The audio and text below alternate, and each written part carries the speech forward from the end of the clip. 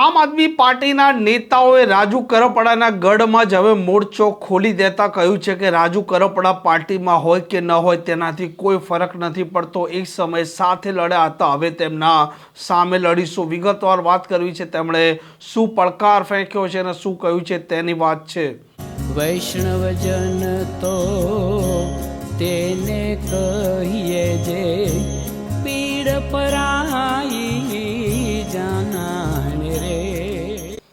નમસ્કાર, આપ જોઈ રહ્યા છો નવજીવન ન્યૂઝ અને હું છું આપની સાથે તોફિક ગાંચી. આમ આદમી પાર્ટીના એક ચહેરા તરીકે એક રાજુ કરપડાએ સતત સુરેન્દ્રનગરમાં કામ કર્યું હતું. મૂડી તાલુકામાં પણ તે સતત ખેડૂતોના મુદ્દે અવાજ ઉઠાવતા હતા અને એકાએક જેલવાસ ભોગવ્યા બાદ રાજુ કરપડા આ પાર્ટીમાંથી રાજીનામું આપવાની જાહેરાત કરે છે અને ત્યાર પછી હડકંપ પણ મચી જવા પામે છે, કેમ કે રાજુ કરપડા એક આક્રમક ચહેરો હતો અને તેમણે સુરેન્દ્રનગર જિલ્લો છે તેમાં આમ આદમી પાર્ટીનો પગ પેસારો કરવાનું પણ તેમણે કામ કર્યું હતું, પરંતુ હવે તે પાર્ટીમાં નથી અને આવી સ્થિતિમાં પાર્ટીનો ત્યાં જનાધારનું હવે શું તેવા સવાલો ઉપસ્થિત થતા હતા અને તેના વચ્ચે હવે આમ આદમી પાર્ટીના દિગ્ગજ નેતાઓ મેદાને આવ્યા છે અને તેમણે હુંકાર ભર્યો છે કે રાજુ કરપડા પાર્ટીમાં હોય ના હોય તેનાથી હવે કોઈ ફરક નથી પડતો. આવનારા દિવસોમાં જે પ્રકારે સ્થાનિક સ્વરાજની ચૂંટણીઓ યોજાવાની છે તે હિંમત અને દમખમના સાથે લડવાની છે. અનેક સમયે રાજુ કરપડા સાથે હતા, પરંતુ હવે તે સામે છે અને તેનાથી કોઈ ફરક પડવાનો નથી. મૂડી તાલુકાના જે લોકોના પ્રશ્નો છે તે સતત આમ આદમી પાર્ટીના નેતાઓ ઉજાગર કરશે અને તેમણે શક્તિ પ્રદર્શન પણ કર્યું છે અને આ મામલે અગ્રણીઓએ પ્રતિક્રિયા પણ આપી છે.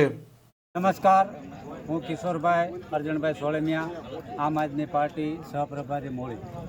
આજરોજ મૂળી તાલુકાના ગઢડા ગામે મૂળી તાલુકાના 54 ગામમાંથી આમ આદમી પાર્ટીના જાબાઝ કાર્યકર્તાઓ અને ખેડૂતો અને યુવાનો આજે ગઢડા ગામે એક મિટિંગ યોજી અને આ મિટિંગના માધ્યમથી દરેક લોકોએ સાથે મળી ચર્ચા વિચારણા કરી અને તમામ લોકોએ અમને એક એવી બાંહેધરી આપવામાં આવી કે આવનારી તાલુકા પંચાયત અને જિલ્લા પંચાયત મજબૂતાથી લડી લેવાના મૂડમાં અમે બધા સહી અને આપ પણ આગળ વધો. આવી રીતે દરેક ગામે જઈ હું, અશોકભાઈ, વિયાભાઈ અને મારી આખી ટીમ આવનારા સમયમાં દરેક ગામે જઈ કાર્યકર્તાઓને હોટલો પૂરો પાડી આમ આદમી પાર્ટી દ્વારા આવનારી તાલુકા પંચાયત અને જિલ્લા પંચાયતમાં અમે ખૂબ મજબૂતાથી લડશું. અને તમામ લોકોને પણ અમે એ કહેવા માંગીએ છીએ કે આવનારી તાલુકા પંચાયતમાં આમ આદમી પાર્ટીને દરેક લોકો સપોર્ટ આપે. આ સાથે તમામનો આભાર. જય હિન્દ. નમસ્કાર. આજે ગઢડા મુકામે મૂળી તાલુકાની આગામી ચૂંટણીના આયોજન માટે એક ખેડૂત સભાનું આયોજન કરેલું હતું. એમાં મહત્ત્વના કાર્યકર્તાઓ અને ખેડૂતો બહોળી સંખ્યામાં પધારેલા હતા. આગામી તાલુકાની ચૂંટણીમાં 18 સીટ અને 3 જિલ્લા પંચાયતની સીટના ઉમેદવારો નક્કી કરવા માટે આજે ખાસ કરીને તો કાર્યકર્તા મિટિંગ બોલાવેલી હતી. બધાએ પૂરા જોશ સાથે આવનારી તાલુકાની ચૂંટણી, તાલુકા પંચાયત અને જિલ્લા પંચાયતની ચૂંટણી લડવા બધાએ આહવાન કરેલું છે અને બધાએ પૂરી તાકાતથી જોરથી ભાજપ સામે ચૂંટણી લડશું અને જીતશું અને તાલુકા પંચાયત બનાવશું એવા નિર્ધાર સાથે આજે સભા કરેલી હતી. તો આપણે કે અશોકભાઈ, હવે પછી આગળનું આપણે શું પ્રોગ્રામ છે? આગામી પ્રોગ્રામ તો એ છે, સામે કોઈ પણ ઉમેદવાર હોય એના સામે પૂરા જોશથી લડવાનું છે અને તાલુકાની ચૂંટણી જીતવાની છે. ખેડૂતોના પડતર પ્રશ્નો છે, પડતર માંગણીઓ છે જે ક્યારેય સંતોષાણી નથી અને વર્ષોથી જે ખેડૂતોને એક રીતે લોહી ચૂસવામાં આવે છે એ તમામ એમનો જે તાનાશાહી છે એને સંપૂર્ણપણે નષ્ટ કરવા માટે એક અમારા ખેડૂતની ટીમ અને કાર્યકર્તા ટીમ દ્વારા એક આયોજન બનાવેલું છે. એના દ્વારા અમે તાલુકામાં બેસશું અને આ તમામ સમસ્યાનું નિરાકરણ કરશું. આપણે એવું નિરાશ થઈ ગયા હતા કે આમ આદમી પાર્ટી હવે પછી આપણે પાછું ફરીવાર ઊભા થઈ જઈશું, એવું વિશ્વાસ તમને?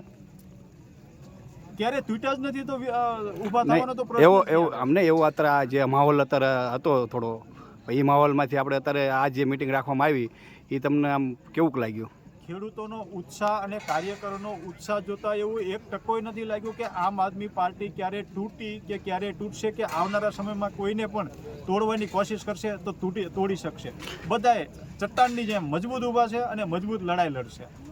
હવે આપણે મૂળી તાલુકામાં જે તમે પ્રમુખ રાખવામાં આવ્યા એ ઠાકોર સમાજમાંથી રાખવામાં આવ્યા છે આ જે પાર્ટી રહી આપણે પહેલી જ વાર ઠાકોર સમાજમાં રાખવામાં આવ્યું છે, એવું ભાજપ કોંગ્રેસે તો કોઈ દી રાખ્યા નથી. આ તો જાતિવાદનું ગણિત વર્ષોથી બીજેપી લડે છે. આમાં કોઈ જાતિવાદનું ગણિત જ નથી. એક લડાયક યોદ્ધા છે શામજીભાઈ, જે પોતાની જવાબદારી સંપૂર્ણ નિષ્ઠાથી નિભાવશે. એના આધારને ધ્યાને રાખી અને એમને નિયુક્ત કરવામાં આવે છે. જાતિવાદનું તો આમાં ક્યાંય ગણિત જ નથી આવતું. ને જાતિવાદ નહીં, પણ એમ કે જે અત્યાર સુધી જે રાજ જે હાર્યું બરાબર, રાજકીયનું જે થયું, પણ સંખ્યા તો જે આપણે જે બોરી છે, સંખ્યા જે જાજી છે આપણે, એમાંથી તો કોઈ દી રાજકારણમાં આપણને આગળ લાવવાનું આવ્યું ને સમાજને.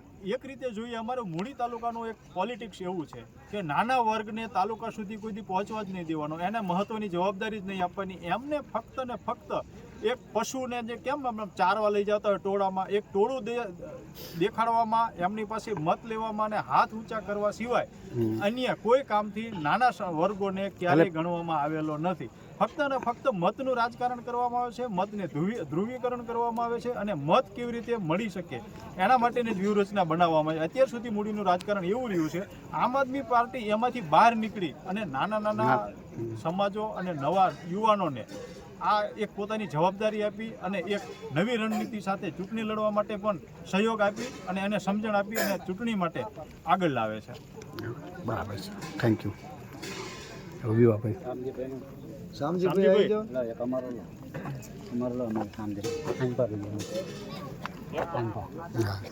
બરાબર બોલું છું ને? થોડુંક ક્યાંય બરાબર છે. આપણે શું શીખવાનું શીખવાનું છે શું? આમ જે પ્રકારે આગેવાન અશોક મકવાણા અને કિશોર સોડમિયાએ હુંકાર ભરતા કહ્યું છે કે રાજુ કરપડા છે. રાજુ કરપડા ભલે હવે આમ આદમી પાર્ટીમાં નથી, પરંતુ ચૂંટણી પર લડાશે અને દમખમના સાથે જીતશે પણ ખરી. અને રાજુ કરપડાના ગઢમાં તેમણે શક્તિ પ્રદર્શન કરી રાજુ કરપડાને પડકાર ફેંકી દીધો છે. આ પ્રકારના સમાચાર માટે નવજીવન ન્યૂઝ ડે ચેનલને લાઇક, શેર અને સબસ્ક્રાઇબ કરવાનું ભૂલતા નહીં. નમસ્કાર.